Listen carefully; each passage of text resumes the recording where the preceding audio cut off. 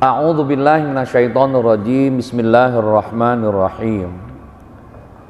Wa an Jabirin radhiyallahu anhu anna nabiyya sallallahu alaihi wasallam qala lahu idza kana thawbu wasi'an faltakhif bihi, yakni fi sholati. Wali Muslim fakhalib baina tarafaihi wa in kana dhaiqan fattazir bihi, muttafaqun alaih. Wa an Jabir radhiyallahu anhu, dan dari sahabat Jabir, semoga Allah ridho padanya, amin. Mudah-mudahan kita jumpa di akhirat dengan beliau, amin.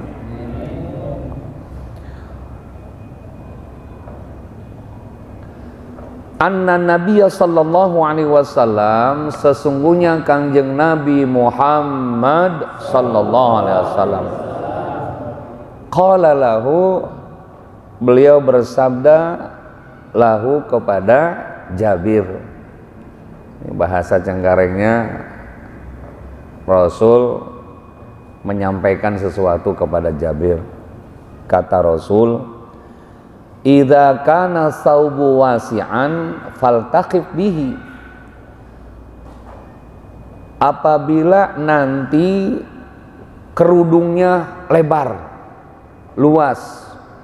Nah, ini kan kita masih membicarakan tentang penutup aurat perempuan tatkala sholat. Ketika sholat, kata Rasul, idza kana thawbu wasi'an, apabila kerudungnya itu lebar, mungkin dijahitnya ke konveksi yang di belakang kali ya, lebar ya. Ntar saya kasih tahu orangnya. Ya, malam Kamis yang lalu nggak datang orangnya, karena datang. Iya. Faltakhif bihi, maka kecilkan. Faltakhif bihi, maka ya pasinlah, paskan. Yakni fi shalah, maksudnya ketika sholat. Hadis ini diriwayatkan oleh Imam Muslim. Fa khalifu baina tarfaihi wa in kana dhaiqan fattazir bihi, muttafaqun alaih. Nah, hadis yang diriwayatkan oleh dua nih nanti, Bukhari dan Muslim. Fa khalifu baina tarfaihi, jika memang itu lebar, luas, maka selempangkan. Tahu selempangkan? Diginin, gitu ya, diselempangkan. Torfaihi, dari dua ujung kain itu. Jadi torf itu ujung kain ini nanti kita praktekkan ya. Wa in kana dhaiqan fatazir bihi, ya kalau memang sempit, kurang ukuran kainnya, maka ya dipasin supaya menutup aurat. Muttafaqun alaih, hadis ini diriwayatkan oleh Imam Bukhari dan Imam Muslim, semoga Allah meridhoi mereka. Nah, kita kembali permasalahan perempuan ketika sholat. Masing-masing punya adat istiadat berbeda.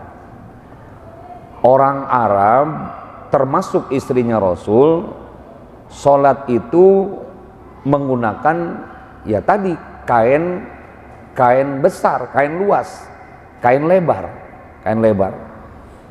Jadi baju kurung beliau, kemudian kainnya dibentuk jilbab, kelebihan kainnya ya nanti kita contohin ya.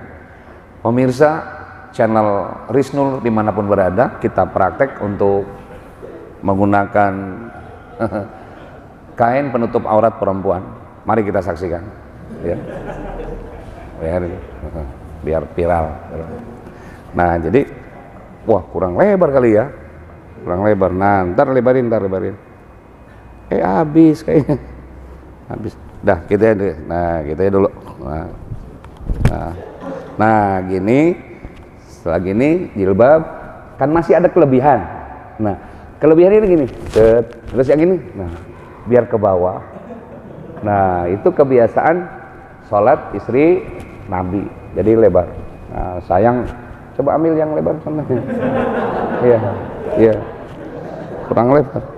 Saya nggak lihat dulu sih tadi ya, nggak lihat dulu. Jadi setelah dijilbab kan ada lebarnya. Mata ujungnya tarfaihi, dari ujung yang ini dua ujung, yang ujung ini diselempangin ke sini, ujung ini ke sini. Jadi nutup semua. Hakikatnya menutupi lekuk tubuh gitu ya. Menutupi lekuk tubuh. Itulah perempuan. Dan ketika sholat, maaf, wajah dan telapak tangan, walaupun istrinya Nabi. Karena istri Nabi itu ya sholatnya di rumah. Kenapa? Karena diajari Nabi. Jadi wajah dan telapak tangan tetap dibuka tatkala sholat. Tapi kalau di luar sholat, dengerin, istri Nabi mah ditutup semua kecuali mata. Kenapa? Karena itu perintah Allah langsung. Harus menjaga harkat martabat seorang istri Nabi. Jadi ditutup semua. Tutup semua. Nah, adakah perempuan sekarang yang ditutup semua mengikuti istri Nabi? Ya, ada aja, silakan. Iya. Tapi kalau sholat ya dibuka tadi. Buka sholat ya, dibuka. Karena sholatnya ya dengan perempuan semua. Kembali, idza kana saubu wasi'an. Di sini jika kainnya itu luas, lebar, maka faltakhif bihi, ringankan. Tadi dengan cara fa khalifu baina tarfaihi, diselempangkan kedua ujung kain tadi. Set ke sini. Udah. Nah, itu orang Arab. Sekarang kok ibu-ibu di Indonesia, di Asia Tenggara, Malaysia, Brunei, Singapura, Filipina, Thailand, menggunakan yang praktis. Namanya apa? Mukena. Tahu mukena? Mau kagak? Mukena. Nah, itu adat Indonesia. Nah, jadi itu adat Indonesia, adat kita. Laki-lakinya aja kita pakai baju koko. Koko dari mana asalnya? Dari sono, dari Wuhan. Iya, Covid. Tuh, tahu artinya Covid? Kokobok. I-nya iman, terus F-nya vitamin, terus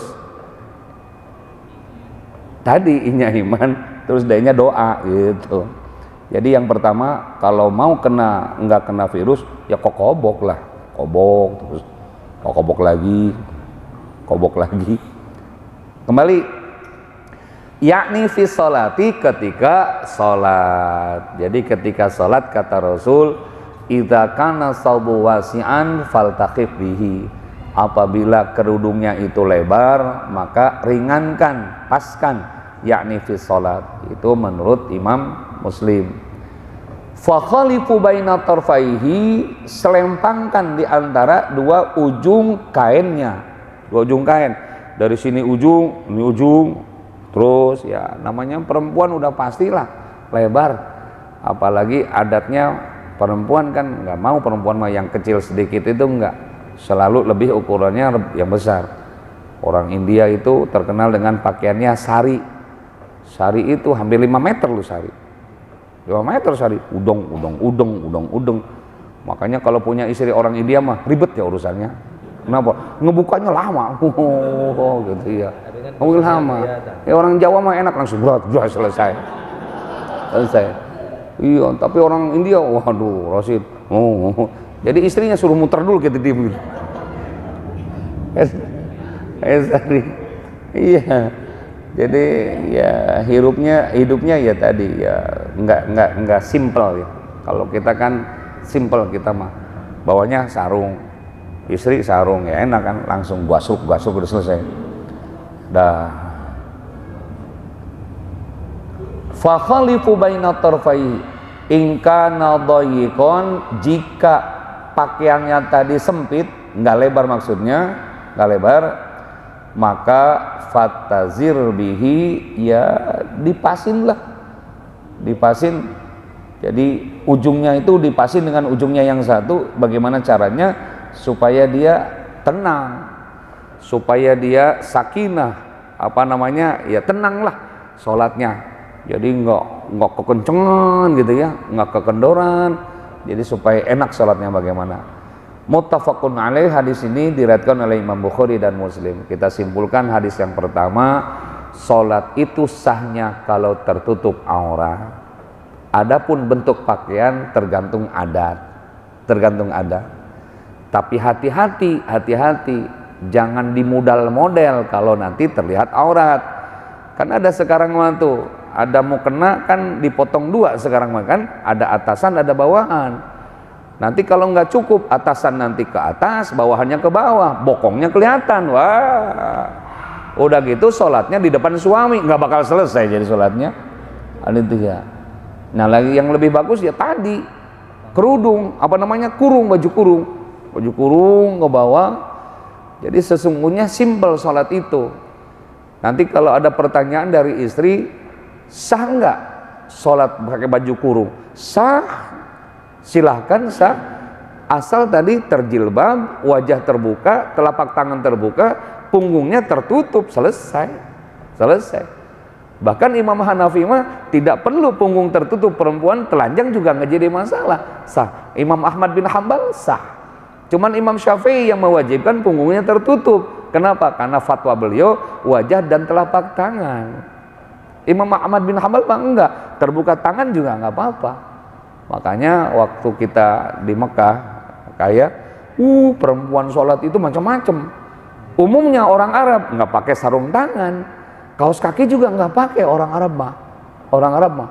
Apalagi orang Afrika yang saya ceritakan itu ya. Bahkan dibawa di belakangnya ada bayi, digendong bayinya sambil sholat, terus bayinya nangis, pengen nyusu, diginiin ke belakang, saking panjangnya. Iya. Paham kan? Ya jangan berpikir yang di Indonesia mah kan pendek kecil. Sana mah kan panjang begitu. Ya tinggal diginiin ke belakang bayinya. Paham? Iya, paham. Tapi kata remaja Nur Syahid, Ustadz mah lebay katanya. Lu belum ke sono sih. Nah, itu ya, jadi masing-masing ya pendapat itu ya. Yang jelas tadi sholat perempuan kan enak, hanya terlihat untuk perempuan. Tuh. Kalau laki-laki terlihat oleh perempuan batal nggak? Nggak batal laki-laki mah. Kalau perempuan terlihat oleh lain mahram, ya aurat nggak? Aurat. Perempuan mah hanya ditutup. Perempuan mah ditutup. Laki-laki mah enak, kita mah kemana-mana juga.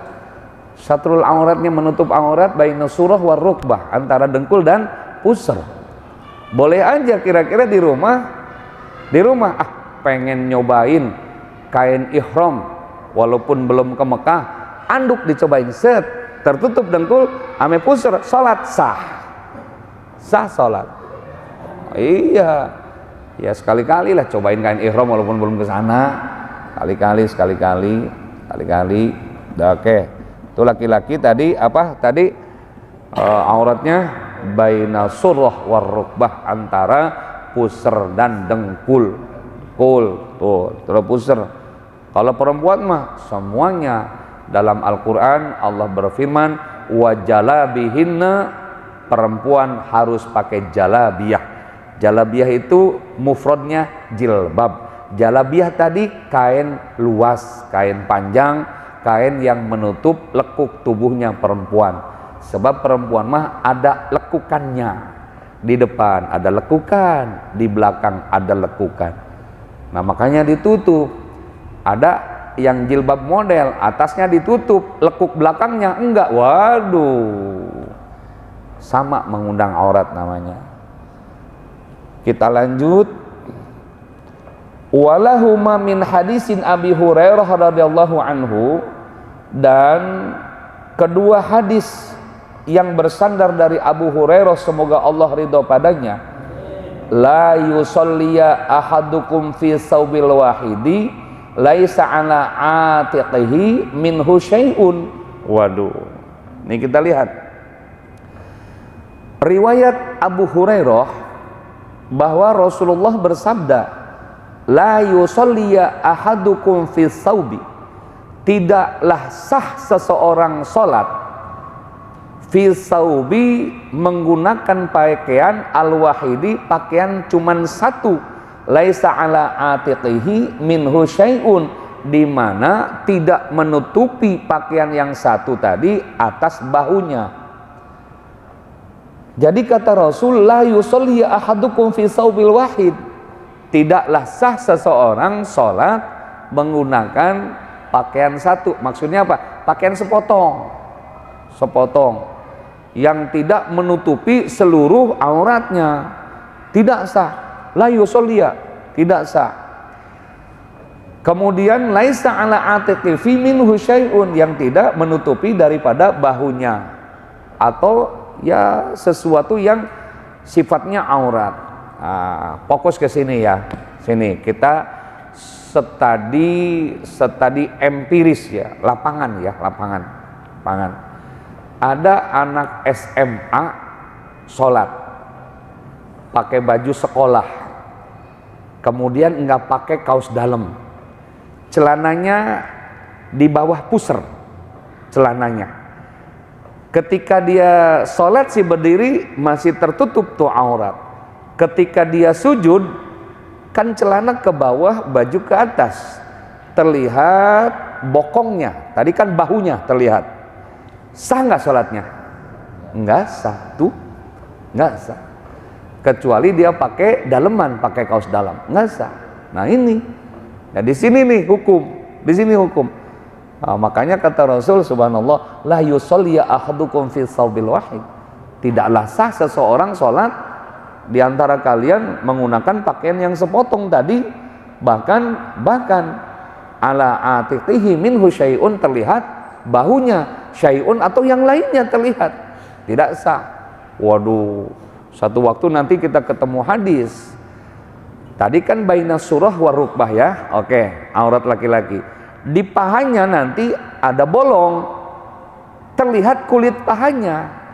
Ketika dia sholat, dia tidak melihat, tapi tetangganya melihat bahwa celananya bolong, terlihat kulitnya.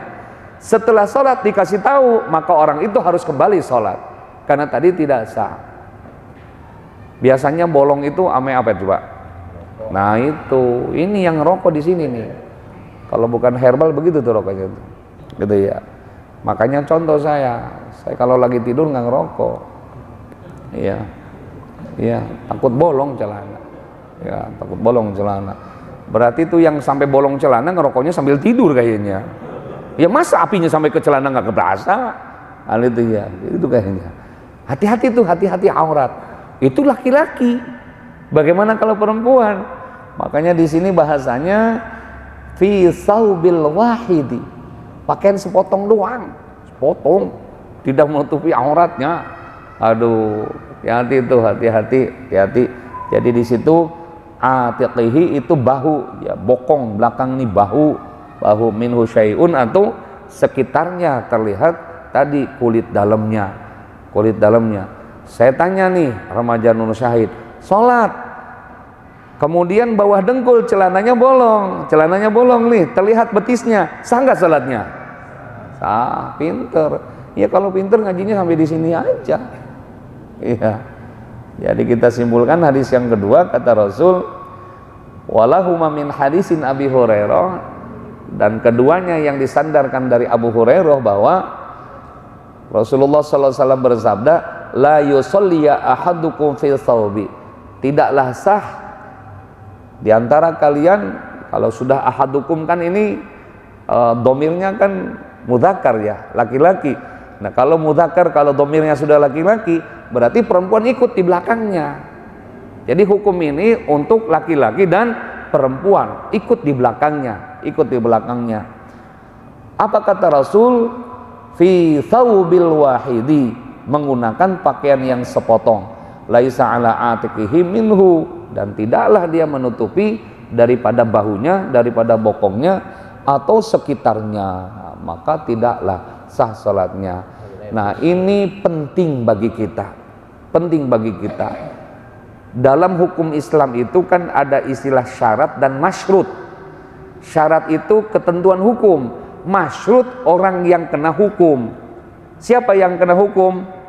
Kita. Ya kita nih. Jadi syaratnya tadi, kata Rasul, syarat salat sahnya menutup aurat, syarat. Siapa yang menutup aurat? Ya masyrut, yang kena syarat. Siapa? Ya kita. Nah, disitulah pentingnya kita untuk ngaji. Disinilah pentingnya untuk mengetahui ilmu. Pantas kata Syekh Ibnu Ruslan, hafal kali ya, wa kullu man bi ghairi ilmin ya'malu a'maluhu mardudatun la tuqbalu. Pantas karena tadi jelas dalil-dalilnya. Oleh karenanya jangan sampai kita sembarangan sholat. Ada lepis yang bagus, dengkulnya dibolongin. Mending kalau betisnya kayak atletis, obeng kembang. Duh, udah ceking. Jelek lagi. Bengek. Bawa gitar kemana-mana. Dah, iya. Yang ngamen orang bengek kan sekuntum mengek. Mengek. Bengek. Mana orang mau ngasih kan gitu. Kadang-kadang manusia begitu ya. Masya Allah. Padahal Allahu jamilun yuhibbul jamal. Allah itu indah, mencintai keindahan. Maka dengan keindahan itu orang akan tertarik. Nah kalau Masya Allah, waduh bukan main, motor Vespa tahun 64, setangnya diganti tengkorak, belakang 2 karung sampah, bendera Indonesia lusuh, ditulis semakin gembel semakin mantap. Waduh, bukan main. Yang bawa Vespanya mandinya 3 bulan sekali. Aduh, Masya Allah, kalau dia nyebur di sungai mati tuh ikan kayaknya tuh. Aduh, zaman sekarang ya. Kembali. Walahuma min hadisin Abi Hurairah radhiyallahu anhu, Rasul bersabda, la yusalliya ahadukum fi thawbil wahidi laisa ala atiqihi minhu syai'un. Wa an ummi Salamah wallahu alam bisawab. Ada yang mau ditanyakan? Pertanyaannya bebas. Silakan. Ayo tuh. Penting ini, ayo. Ayo. Tadi kalau tolong ya pakai daleman itu yang aman, pakai daleman. Apalagi tadi kalau kena bolong api rokok ya, terlihat kulit dalam aja udah batal tuh sholatnya, Sekarang tadi yang pakai sarung, pas sarungnya kedengkul, nggak pakai daleman, dia sujud kelihatan paha, batal nggak tuh sholatnya? Batal. Tapi kalau pakai daleman kan enak tuh kayak gini. Nah, pakai daleman kan enak nih, itu. Baik, kita akhiri dengan kafaratul majlis. Subhanakallahumma wa bihamdika asyhadu an la ilaha illa anta astaghfiruka wa atubu ilaik. Wal afu minkum. Assalamualaikum warahmatullahi wabarakatuh.